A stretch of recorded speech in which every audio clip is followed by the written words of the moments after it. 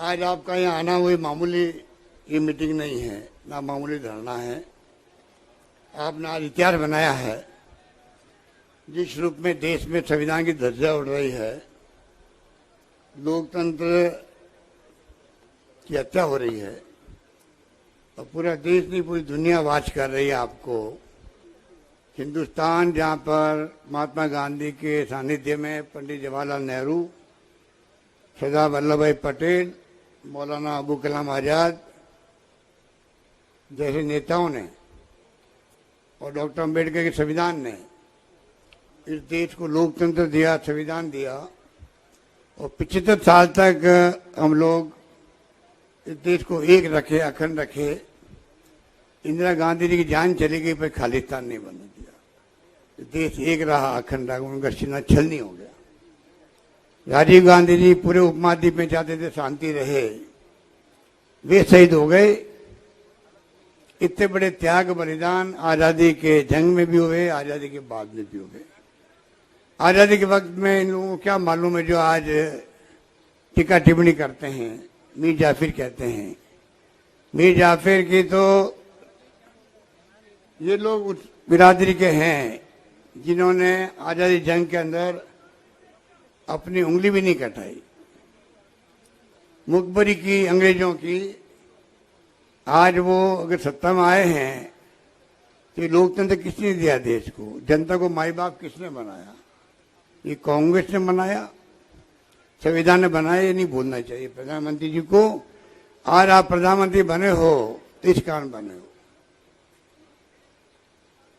कुर्बानी हुई, त्याग हुए, बलिदान हुए, तब जाके मुल्क आजाद हुआ। कितने लोग जेलों में बंद रहे, लाठियां खाई, गोलियां खाई अंग्रेजों की। यही आपका इलाहाबाद का आनंद भवन, सवरार भवन मोतीलाल नेहरू के जमाने से ही वहीं पर बैठ के लड़ी गई आजादी की। गांधी जी वहीं रहते थे। उस परिवार का त्याग बलिदान, जो पंडित नेहरू सालों जेल में बंद रहे थे, उनके बारे में जितना कहे उतना कम है। किस प्रकार मेरे पूर्व वक्तों ने कहा, आजादी के वक्त में पहले प्रधानमंत्री बने, उनकी नीतियां, उनकी दूरदृष्टि थी। आज देश आत्मनिर्भर है। पाकिस्तान की क्या हालात हो रही है आजकल आप सुन रहे होंगे, पढ़ते होंगे। इतना रात दिन का फर्क है इस देश के अंदर। उस परिवार के लोगों ने जो त्याग बलिदान किए वो सबके सामने हैं।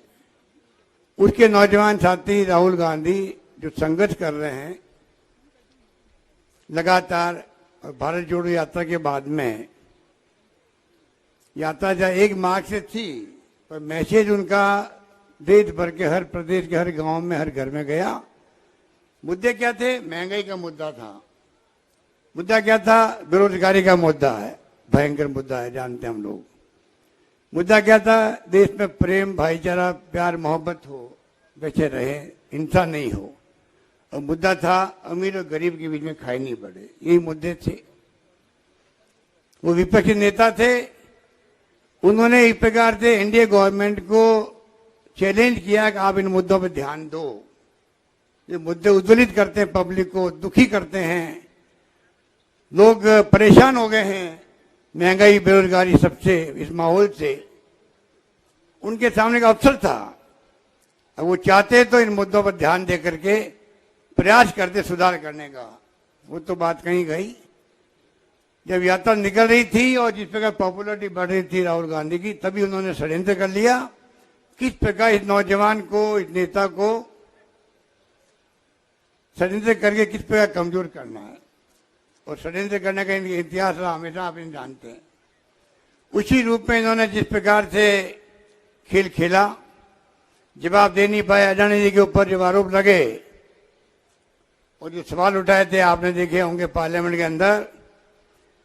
50 साल का मेरे राजनीतिक जीवन में मैंने कभी नहीं देखा कोई मुद्दा आया हो, आरोप लगे हो और नेता उसका जवाब नहीं दे। ये पहला घटना है आजादी के बाद में जिसमें प्रधानमंत्री जी आरोपों का जवाब लेने के बजाय एक नाम तक अडानी जी का नहीं ले रहे हैं।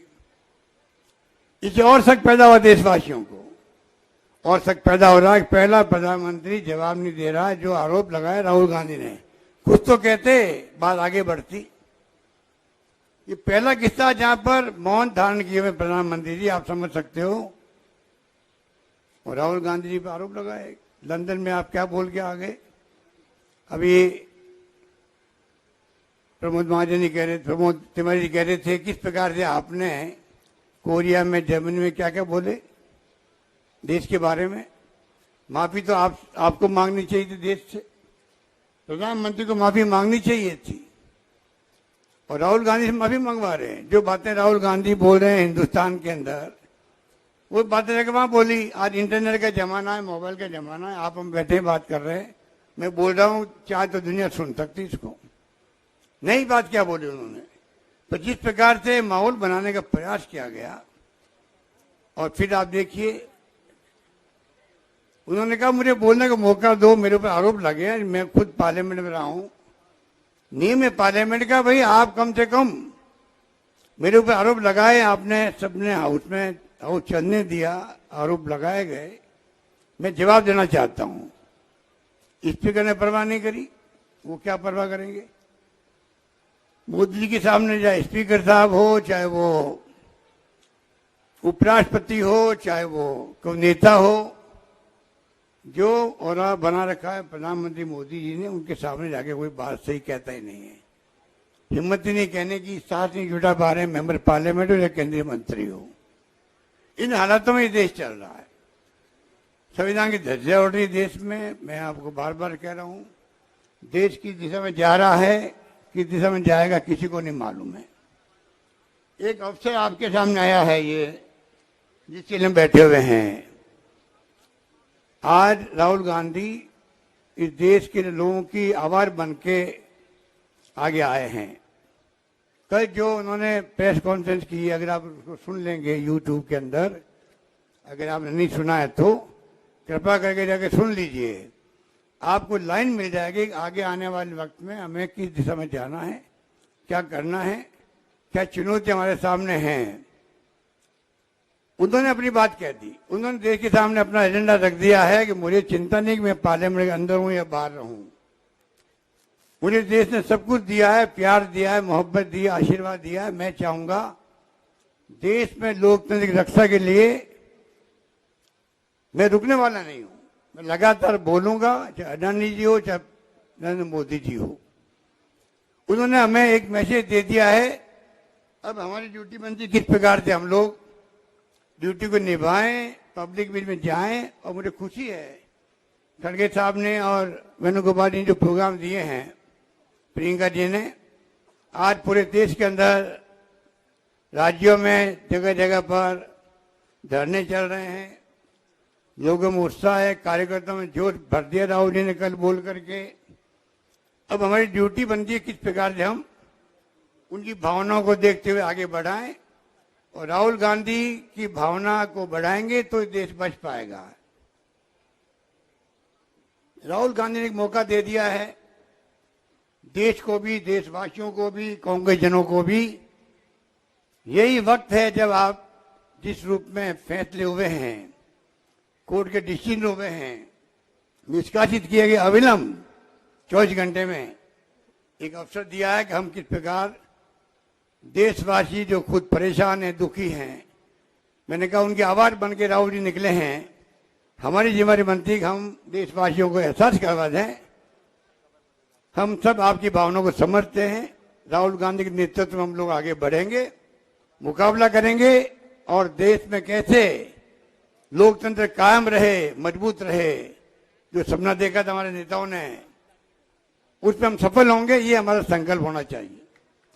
ओबीसी की बात की गई, ये प्रयोग मैं आपको कहना चाहूंगा, ये प्रयोग प्रियंका जी मैं एक बात कहना, प्रियंका जी एक बात सुनो, मैं एक बात कहना चाह रहा था। ये नरेंद्र मोदी जी ने प्रयोग किया था गुजरात के अंदर, जब राहुल जी गांधी जी कैंपेन कर रहे थे 17 के अंदर चुनाव में, तब एक प्रयोग किया था, मुझे नीच कह दिया। जब चुनाव में हारी थी पार्टी, वहां पर गुजरात चुनाव हारे थे वो लोग, आखिरी हत्यार के रूप में उन्होंने कहा मुझे कांग्रेस नेता ने नीच कह दिया है। देखो भाइयों और बहनों, मैं नीच हूं क्योंकि मैं ओबीसी का हूं। ये तो शक्ति सिंह ज्यादा बताएंगे आपको किस रूप में उन्होंने गेम पलटने के लिए क्या क्या बातें बोली। वो भ्रम जेपी नड्डा जी को हुआ हुआ है, उनके नेताओं को। इसलिए जानबूझ करके परसों उन्होंने तय किया है आने वाले 6 अप्रैल से हम लोग अभियान चलाएंगे ओबीसी के बीच में। राहुल गांधी ने ओबीसी के नेता की बेइज्जती कर दी है। वो राहुल जी ने बेइज्जती क्या कर दी? वो ओबीसी के लोग हैं जो भाग के गए हैं। सुनकर देखो, सुनकर देखो, सुनकर देखो जी। ममता राहुल मोदी बोले, लिखे जितेंद्र जी।